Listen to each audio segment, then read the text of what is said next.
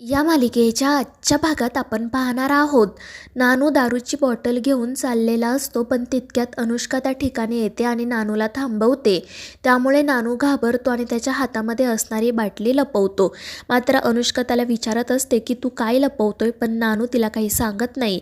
मात्र अनुष्का त्याला म्हणते की नानू तू काय लहान आहे का, ही दारूची बाटली कशाला लपवतोयस तू. आणि त्यामुळे नानू ती बाटली तिला दाखवतो. तर अनुष्का हसतच म्हणत असते की अरे नानू, आता जग किती पुढे गेलं आहे.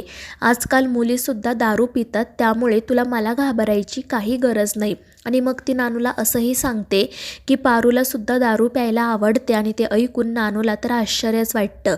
आणि मग त्यानंतर अनुष्का त्याला दारूची एक बॉटल देत म्हणते की तू ही दारूची बॉटल ज्यूसमध्ये मिक्स कर. एक ग्लास पारूला दे आणि एक ग्लास आदित्यला. मला मात्र या सगळ्याची सवय नाही आहे, त्यामुळे तू मला फक्त साधा ज्यूसच दे. आणि ते ऐकून नानूसुद्धा खुश होतो. तर अनुष्का त्याला सांगते की बाकी उरलेली बॉटल तुझ्याकडे राहू दे. आणि ते ऐकून नानू खूपच खुश होतो आणि अनुष्काचं काम करायला तयारही होतं. त्यामुळे अनुष्का खुश होते. दुसरीकडे सावित्री आल्यानंतर अहिल्या तिला विचारत असते की सावित्री बोल, तुझं आणि पारूचं काय सिक्रेट आहे. आणि त्यावर सावित्री म्हणते की अहिल्या मॅडम, खरं तर इतके दिवस आम्ही हे सगळं लपवून ठेवलं, मात्र आता ती वेळ आली आहे, तुम्हाला सगळं काही कळायलाच हवं. तर अहिल्या विचारते की नक्की कशाबद्दल बोलतेस तू. आणि त्यावर सावित्री म्हणते की आदित्य बाबांच्या लग्नाबद्दल. तुम्हाला त्यांचं आणि अनुष्का मॅडमचं लग्न थांबवायला हवं. आणि ते ऐकून अहिल्या मोठ्याने तिच्यावर ओरडत म्हणते की तू काय बोलतेस, तुला कळतंय का. तर सावित्री म्हणते की हो अहिल्या मॅडम, कारण आदित्य बाबांचं लग्न आपल्या पारूसोबत झालं आहे. पारू आदित्य बाबांची बायको आणि या घरची थोरली सून आहे. आणि ते ऐकून अहिल्याला आणि श्रीकांतला तर मोठा धक्काच बसतो. अहिल्या रागातच सावित्रीला म्हणते की तू काय बोलतेस, तुला तरी कळतंय का. तर सावित्री म्हणत असते की हो अहिल्या मॅडम, हेच सत्य आहे.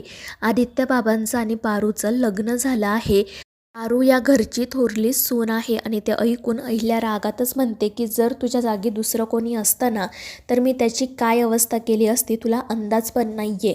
पण सावित्री म्हणत असते की अहिल्या मॅडम, तुम्हाला मला जी शिक्षा द्यायची आहे ती शिक्षा द्या, पण मी जे सांगते ना ते सगळं खरं आहे. आणि ते ऐकून श्रीकांत म्हणतो की अहिल्या, जर हे सगळं सावित्री सांगते तर नक्कीच खरं असणार, ती खोटं काही बोलणार नाही. आणि ते ऐकून अहिल्या तर अजूनच चिडते. तर दामिनी म्हणत असते की बघितलं ना अहिल्या वहिनी, तुमच्या मागे या सगळ्यांचं काय सुरू होतं ते. आणि मग त्यानंतर अहिल्या लगेच पारूला आणि आदित्यला घरी बोलावून घेते. जेव्हा ते दोघेजण फार्म हाऊसवरून घरी येतात तेव्हा अहिल्या पारूकडे जात तिला विचारते की पारू, तू या घरात कोण आहे. तर पारू खाली मान घालून म्हणते की देवी आई, मी या घरची फक्त एक नोकर आहे. तर अहिल्या रागातच म्हणते की मग तू तुझी मर्यादा विसरलीस का. तू काही या घरची सून होण्याचं स्वप्न बघतेस का. तुझं आणि आदित्यचं लग्न झालं आहे का. आणि ते ऐकून आदित्यला सुद्धा आश्चर्य वाटतं. तर पारू रडतच म्हणत असते की नाही देवी आई, तुमचा काहीतरी गैरसमज होतोय. पण अहिल्या रागातच म्हणते की पारू, जे काही खरं असेल ते मला सांग. आणि त्यामुळे पारू रडतच म्हणते की देवी आई, मला माफ करा, पण माझं आणि आदित्य सरांचं लग्न झालेलं आहे. आणि ते ऐकून आदित्य तर खूप चिडतो. तो म्हणत असतो की पारू, तू मूर्ख आहेस का, तुझा आणि माझा काय संबंध. तर पारू म्हणत असते की देवी आई, या सगळ्यामध्ये आदित्य सरांची खरंच काही चूक नाही आहे. आणि मग त्यानंतर ती तिच्या गळ्यातील मंगळसूत्र अहिल्याला दाखवत म्हणते की आदित्य सरांनीच हे माझ्या गळ्यात बांधलं होतं. आणि ते ऐकून अहिल्या तिच्या कानाखालीच मारते. तर आदित्य म्हणत असतो की आई, माझ्यावर विश्वास ठेव, मला याबद्दल खरंच काही माहिती नव्हतं. तुला माहिती आहे ना, तुला न सांगता मी कधीच काही करू शकत नाही. ही मूर्ख मुलगी वाटेल ते बोलते. तर पारू रडतच म्हणत असते की देवी आई, मला माफ करा, पण हेच सत्य आहे.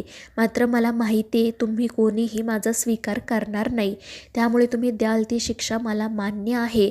खरं तर हे माझ्या नशिबाचे भोग आहेत, ते मलाच भोगू द्या. आणि ते ऐकून अहिल्या रागातच म्हणते की पारू, मला यापुढे तुझं तोंडसुद्धा बघायचं नाही आहे. माझ्या नजरेसमोरून चालती हो, पुन्हा आमच्या आयुष्यात येऊ नको. आणि ते ऐकून पारूला तर खूप वाईट वाटतं. तर दामिनी तिचा हात धरूनच तिला घराबाहेर काढते. मात्र हे सगळं फक्त सावित्रीचं एक स्वप्न असतं. आणि ती मोठ्याने पारू असं ओरडते. त्यामुळे अहिल्या तिला काय झाले ते विचारते. तर दामिनी मध्येच म्हणते की बघितलं ना वहिनी, या सावित्रीचं सतत पारू पारू सुरू आहे. नक्कीच या दोघींचं काहीतरी सिक्रेट आहे. इकडे सावित्री खूप घाबरलेली असते आणि मनाशी म्हणत असते की पारू बाळा मला काहीतरी इशारा दे, नाहीतर मला नाईलाजाने अहिल्या मॅडमला सगळं सांगावं लागेल.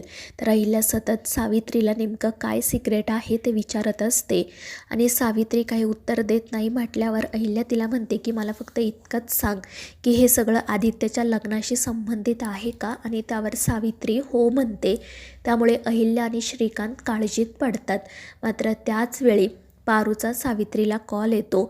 सावित्रीने मेसेजमध्ये सांगितल्याप्रमाणे पारू तिला 2 रिंग देते. त्यामुळे सावित्रीला कळतं की पारूने आदित्यला काही सांगितलेलं नाही आहे आणि मग त्यानंतर ती सुद्धा अहिल्या आणि श्रीकांतला पारू आणि आदित्यच्या लग्नाबद्दल न सांगण्याचा निर्णय घेते.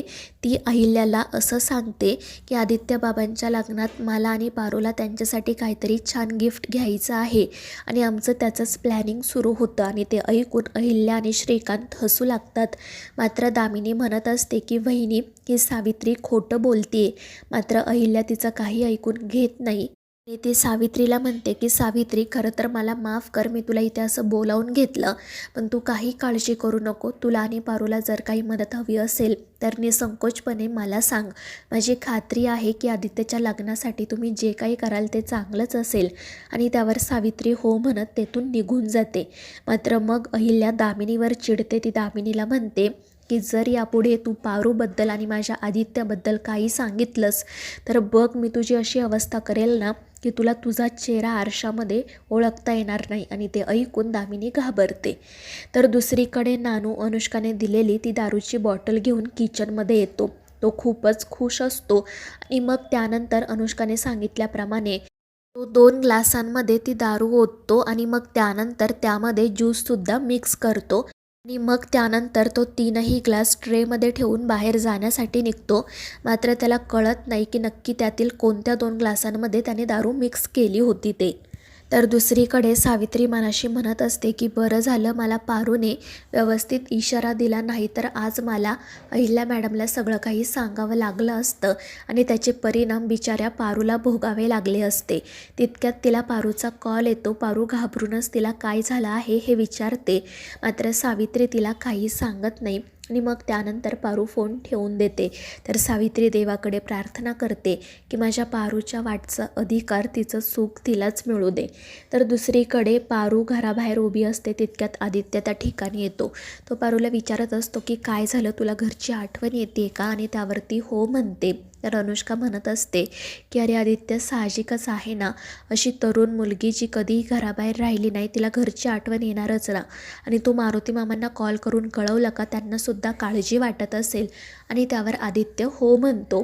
त्यानंतर पारू तेथून जाण्यासाठी निघते, पण अनुष्का मुद्दाम तिला थांबवते.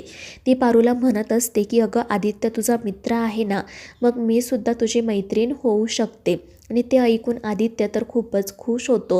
आणि मग त्यानंतर अनुष्का मुद्दाम पारूला सांगते की पारू आज आपण तिघेजण मिळून ना छान गप्पा मारूयात, तू कुठेही जाऊ नको. आणि मग ते तिघेजण शेकोटी करून बाहेरच गप्पा मारत बसतात. अनुष्का आणि आदित्य खूप बोलत असतात. पारू मात्र शांतपणे त्यांचं बोलणं ऐकत असते.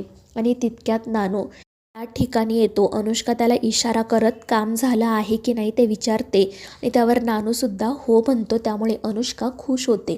तर मित्रांनो, या मालिकेच्या पुढील भागांच्या अपडेटसाठी आपल्या चॅनेलला सबस्क्राईब करा.